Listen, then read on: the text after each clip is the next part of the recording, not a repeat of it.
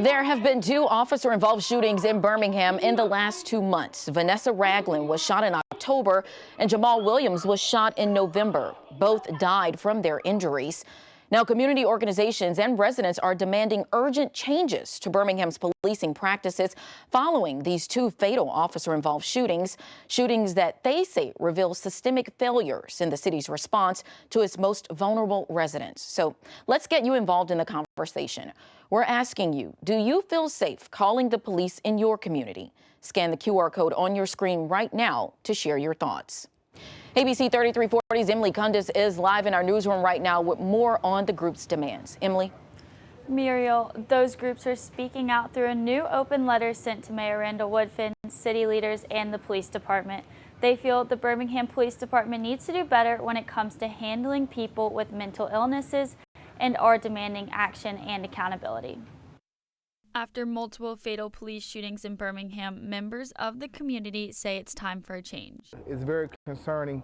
Over the course of the last 6 months, there have been a total of 4 officer-involved killings. On October 29th, an officer shot and killed 36-year-old Vanessa Ragland, who was later said to have mental health issues. We've seen with the killing of Vanessa Ragland, where family members have said that, she had a medical disability. On November 28th, officers responded to reports of gunfire and a 911 call in the Kingston community. During that encounter, police shot and killed 26-year-old Jamal D'Angelo Williams, who was also said to have mental health issues. There was emphasis made on he had a gun. Yes, he had a gun, but in Alabama, the laws say that you can have a gun in Alabama. It's an open carry law. And there was not a threat posed to the officers involved. And so, whereas he kept mentioning a gun, it's not against the law to have a gun, and having a gun doesn't equal a death sentence.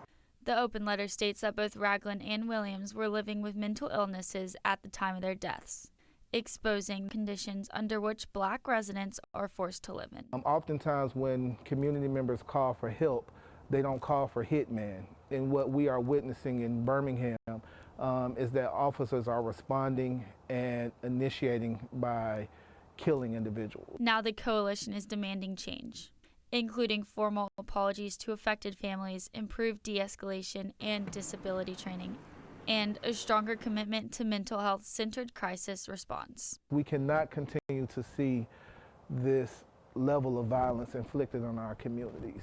Address the systemic issues that exist. Reduce poverty, reduce homelessness, hire more social workers. Police shouldn't be answering all calls. Reverend Hall says real leadership and real change are overdue. Coalition members plan to read the open letter at tomorrow's Birmingham City Council meeting, where I will be in attendance. The coalition told me they will continue protesting and pressuring city leadership until they see change. I'm still waiting on the mayor's office and police department to respond to my questions. Emily Kundis reporting. Now, there have been 6 officer-involved shootings in Birmingham in the last 2 years. So let's walk through a timeline of all 6. Starting in June of 2024, Birmingham police fatally shot 43-year-old Daniel Allen Johnson outside an apartment in the Forest Park community during a disorderly person call. And there was an officer-involved shooting on August 13th, 2024, near 43rd Avenue North in North Birmingham after officers encountered an armed suspect who fled in a vehicle. On September 4th of 2024, officers fired on Jalen Patton during a traffic stop and foot chase on I-20. Patton was injured and hospitalized. And on December 12th of 2024, an officer-involved shooting on 33rd Terrace North left a suspect injured after firing at officers. Now, no officers were hurt there. There have been 2 officer-involved shootings in Birmingham this year. The first was on October 29th when Birmingham police shot Vanessa Ragland inside a home on Brunson Avenue. She was pronounced dead at the hospital. And on November 29th, BPD fatally shoots Jamal Williams after he reportedly brandished a gun during a response to a shots fired call on 45th Street North.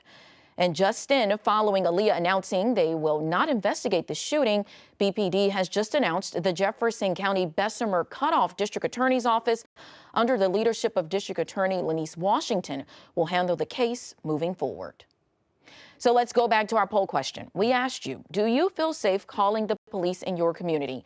And taking a look at the results right now, we have 76% saying yes, 24% saying no. Now, you can still vote by scanning the QR code on your screen right now or by finding this story on the ABC 3340 News app.